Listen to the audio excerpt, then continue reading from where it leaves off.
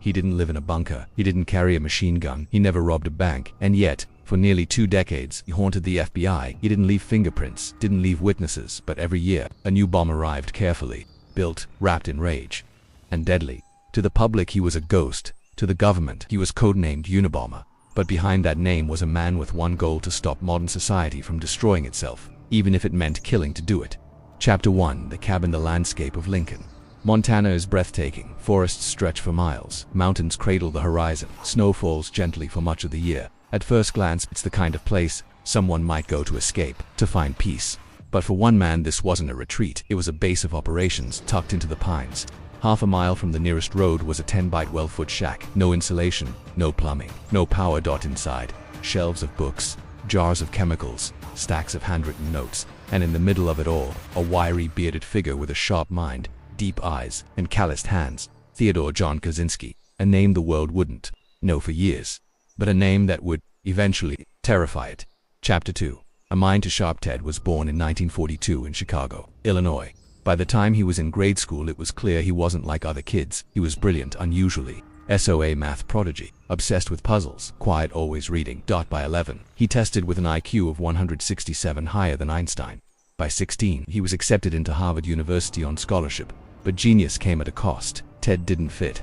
In he was painfully shy, isolated, emotionally distant. Other students partied. Ted walked alone. They went to dances. He buried himself in numbers and philosophical essays. And it was at Harvard that something deeply disturbing happened. Something that would change him forever. Chapter 3: The Experiment. In 1959, during his second year at Harvard, Ted signed up for a study advertised as a personality development project. What he didn't know was that the project was secretly backed by the CIA, part of a classified program known as MK-Ultra. The experiment wasn't about personality at all. It was psychological warfare for over 2 years. Ted was subjected to weekly interrogations designed to break him down. He was insulted, mocked, and mentally cornered by trained interviewers. He was asked to defend his deepest beliefs, only to be ridiculed. The sessions were filmed, logged, studied. Over time, Ted changed. His journals grew angrier. He began to speak of human freedom and how it was being destroyed. By the time he graduated, Ted no longer trusted institutions, no longer trusted people, and he stopped believing the future held anything worth saving. Chapter 4: The Great Retreat. After earning a PhD in mathematics from the University of Michigan and briefly teaching at UC Berkeley, Ted abruptly resigned. He didn't give a reason. He just disappeared. In 1971, he bought a small plot of land in Lincoln, Montana. With a few tools and barely any money, he built his own cabin. No phone, no electricity, no running water. Neighbors saw him sometimes walking alone, scavenging, biking to town in ragged clothes, but mostly he stayed hidden. And while the world advanced computers, automation, cell towers, Ted quietly waged war in his mind. Chapter 5: The Notebooks. Ted began keeping journals. Hundreds of pages. He wrote about everything: how the natural world was being ruined, how people were becoming robots, how technology was enslaving mankind, how violence might be the only answer. He believed society was a machine, one that needed to be disrupted, and slowly, methodically, he started building tools for that disruption. Bombs. Chapter 6: The First Strike. On May 25, 1978, a package appeared at the University of Illinois at Chicago. It was addressed to a professor, but something was off. When a campus police officer opened it, it exploded. Injuries not fatal, but alarming. At first, no one made the connection. But a year later, another bomb appeared, this time at Northwestern University. Then another on an American Airlines flight. It didn't detonate fully, but filled the cabin with smoke. Terror. In 1985, a bomb killed Hugh Scruton, a Sacramento computer store owner. Later, another killed a timber industry lobbyist. By 1995, 3 people were dead, 23 more injured. The nation was gripped by fear, and the FBI was completely in the dark. Chapter 7: The Puzzle. Of the bombs were unique, each slightly different. Some used wooden triggers, others metal. Many contained handwritten notes with cryptic initials or symbols. The FBI created the Unabomber Task Force, short for University and Airline Bomber. It became the most expensive and longest manhunt in FBI history. Still, nothing years passed between attacks. Each bomb was carefully crafted by hand. The materials were ordinary screws, wires, batteries, but the designs were anything but. And the bombs were personal. Ted targeted people he saw as symbols: a geneticist in advertising, executive, a computer store owner, university president. He saw them not as individuals, but as pillars holding up a decaying civilization. Chapter 8: The Manifesto. In 1995, after nearly 17 years of bombings, the Unabomber broke his silence. He mailed a letter to the New York Times and the Washington Post. Inside was a manifesto, 35,000 words, written in clear, academic language, its title, Industrial Society and its Future. In it, he explained his motives. He argued that technology was eroding human freedom, that industrial society was unsustainable, that humanity needed to return to a simpler life, or risk total collapse. And then came the threat. Greater than if you publish this, I will stop bombing if you don't. I will kill again. Chapter 9. The brothers doubt David Kaczynski was living a quiet life in upstate New York when he read the manifesto, and something about it felt familiar. He recognized the structure, the tone, certain phrases. Ted had written letters just like it. He showed the manifesto to his wife. She read it, looked up and said quietly, "This is your brother." David was devastated. He had always known Ted was troubled, paranoid, angry, but this. He agonized for weeks then. With trembling hands, he called the FBI. For nearly 17 years, the Unabomber attacked without warning. No pattern, no motive the FBI could track. No letters, no threats. Just destruction and then silence. But in 1995, with one letter and one decision by a man hundreds of miles away, everything changed. Chapter 10. The tip that broke the case. When David Kaczynski contacted the FBI in early 1996, he didn't say his brother was a killer. He said, "This sounds like something my brother would write." He brought in old letters Ted had sent him, dozens of them. Rants about technology, rants about control, about modern enslavement. The words mirrored the manifesto with eerie similarity. The FBI's linguistic analysts compared phrases line by line, phrases like surrogate activities, over-socialization, freedom of action. These weren't normal phrases, they were Kaczynskiisms, and now the FBI had a name. Chapter 11. Surveillance in Montana. FBI agents quietly flew to Lincoln, Montana. They didn't storm in. They watched, observed, planned. They found the shack, half buried in snow, surrounded by trees like it had grown out of the earth itself. That inside, they believed, lived the most elusive domestic terrorist in modern American history. But they had to be careful. If Ted spotted them, he might destroy evidence, or worse, mail another bomb. For days they watched. As Ted moved silently around his land, he walked trails, chopped wood, rode a rusty bicycle into town for flour and rice. No phone, no internet, no car, but something was off. This wasn't just a hermit. This was a man living in deep preparation. Chapter 12. The cabin raid. On April 3, 1996, the operation began. Agents approached the shack slowly, dressed as Forest Service workers. One knocked. Ted opened the door. He looked confused, but calm. No violence, no resistance. Just a quiet man in worn clothes, squinting into the light. Inside, the agents found a live bomb, fully constructed and packaged, ready to mailboxes of chemical components type, documenting 16 bombings with diagrams, names and addresses of potential future victims, and tucked away in a box. The original typed manuscript of the manifesto they had there. Man. Chapter 13. Media explosion. The news hit like a shockwave. Photos of Ted Kaczynski, unshaven, sunken cheeks, wild hair flooded every screen in America. The Unabomber, CAUGHT, TV vans swarmed Lincoln. Locals were stunned. Neighbors who thought he was just that odd man in the woods now realized they'd lived near a serial bomber for years. Talk shows debated his sanity. Psychologists dissected his motives. Philosophers debated whether his message, if not his methods, had any merit. But the FBI's focus was singular. Prepare for the trial of the century.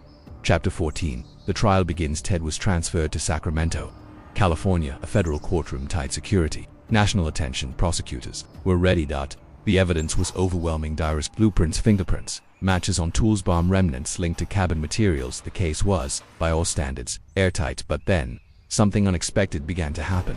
Ted Kaczynski, brilliant, composed, and quiet, started to unravel. Chapter 15.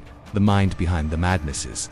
Public defenders wanted to plead not guilty by reason of insanity. They believed he was paranoid schizophrenic. He believed he wasn't sick. The world was in court filings. Psychologists revealed Ted believed he was being tracked by satellites. He thought the government had poisoned the water supply. He heard voices. He believed his food was being tampered with. But when they suggested he admit to being mentally ill, Ted snapped. He refused the plea deal, refused to be labeled insane. "I am a rational man," he said. "I did what I did for reasons, not because I'm sick."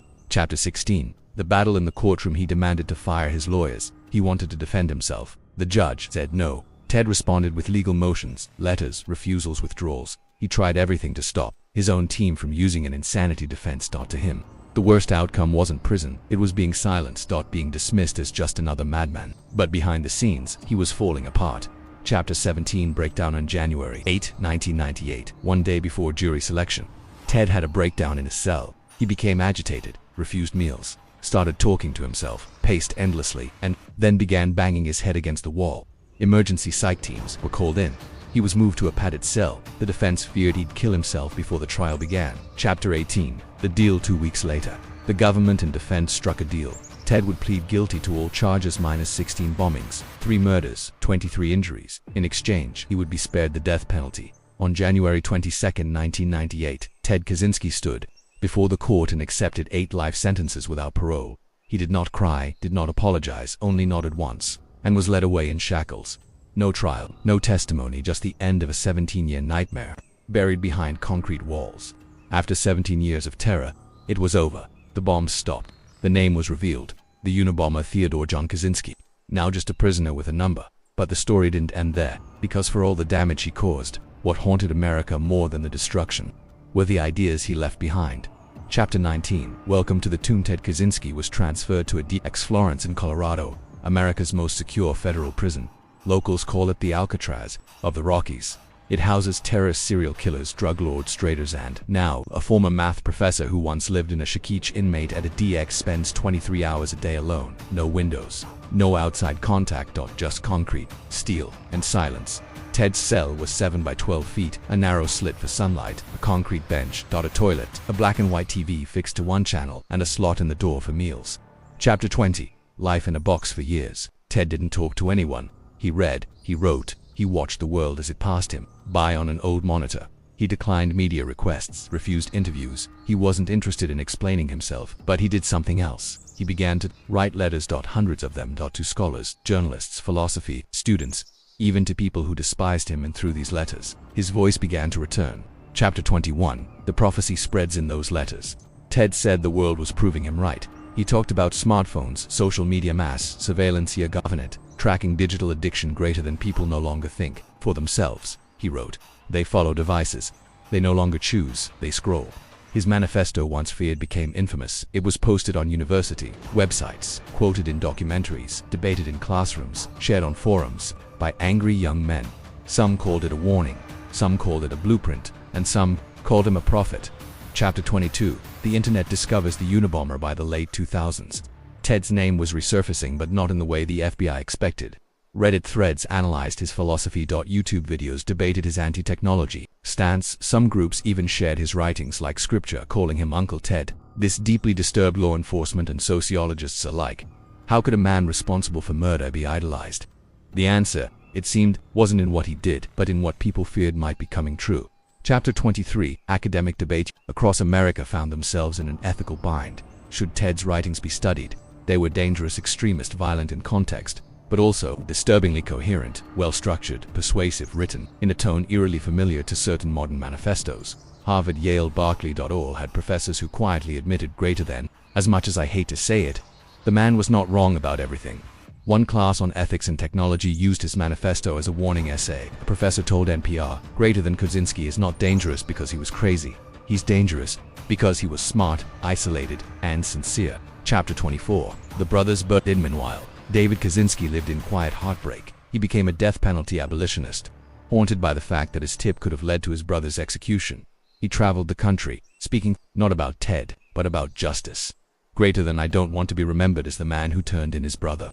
He said once, I want to be remembered as someone who tried to stop more killing. He visited death row inmates, met families of victims, and carried the kind of grief few people ever understand. I saved lives, he said, but lost my brother, and I'll never know if I could have saved him too, in another way. Chapter 25. Society looks inward as more time passed. Public interest in the Unabomber shifted from true crime to true consequences. Documentaries like Manhunt, Unabomber 2017 explored his psychological profile in chilling detail. It showed a man isolated by nature, disillusioned by society, weaponized by ideology. Reviews with former classmates revealed he was always brilliant, but lonely. Even his Harvard professor remembered him as painfully intelligent and even more painfully withdrawn. And behind every question about bombs was a bigger question America didn't want to face. How did a child genius become a killer? And how many more are sitting in silence right now, growing colder with each passing year? Chapter 26. The silence breaks. One last time in 2022, Ted's health began to fail. Reports said he was battling late-stage cancer, was transferred from a DX Florence to a federal medical center in North Carolina, and then the silence returned. No letters, no notes, just a quiet man, fading. On June 10, 2023, Theodore John Kaczynski was found unresponsive in his cell. He was 81 years old. The official cause of death was suicide. No final letter, no confession, just the sound of a door closing on one of the darkest chapters in American history. Most stories end with resolution. A hero wins, a villain loses, the world moves on.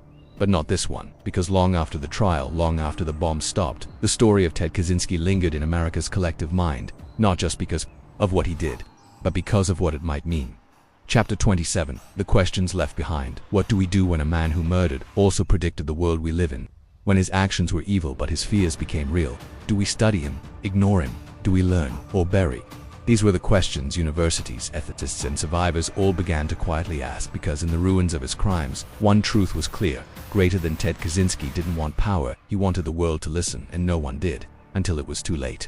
Chapter 28. The mind is not the monster. It's easy to call him crazy. It's easy to point and say, that's what madness looks like, but what if the truth is more complicated? What if Ted was mentally ill? Yes, but also a man in deep pain. What if he saw something we refuse to see?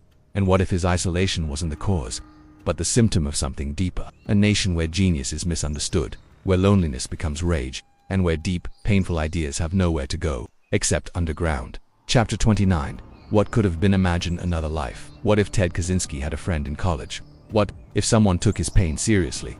What if he never entered that CIA-backed experiment? What if he kept teaching? What if someone had simply listened before the silence turned into violence? We don't ask these questions to excuse him. We ask them because someone like him will happen again, and the next one may not live in a cabin. They may live online, or next door, or in the seat beside you. Chapter 30. A message for the future. Ted is gone now. No more letters, no more essays, but his warning, flawed, violent, tragic, remains etched into American memory. Technology will erode freedom. People will lose connection. The world will collapse not in fire, but in code. The question now is not whether he was right, it's whether we're paying attention. And if we're not, are we walking willingly into the very world he died trying to stop? Chapter 31. The brother. Still watching. David Kaczynski still lives quietly. He visits schools, prisons, conferences. He doesn't talk about Ted's crimes anymore. He talks about humanity. Greater than the scariest thing about my brother, he once said, wasn't the bombs, it was how many people quietly agreed with him after he died. Chapter 32. The final legacy. The FBI closed the Unabomber task force long ago. His victims were buried. His cell stands empty. But on the internet, in classrooms, and deep in quiet forums, the debate continues. Who was he really? A monster? A messenger? A man who couldn't live in the world as it was? Maybe all three. Asterisk. He lived alone. He fought alone. He died alone. And yet, he made the whole world look at itself. That's the strange power of a ghost. Not what it does, but what it reveals. Greater than if this story stirred something in you, if it made you ask questions, or feel torn. Then we want to hear from you. Leave a comment. What do you think about the Unabomber? Was he mad or just unheard? Subscribe to America's Hidden Crimes, where we explore the forgotten, the disturbing, the deeply human. Like the video if you want more cinematic storytelling like this. Share with someone who believes there's always more to the truth, because some crimes are hidden not in shadows, but in silence.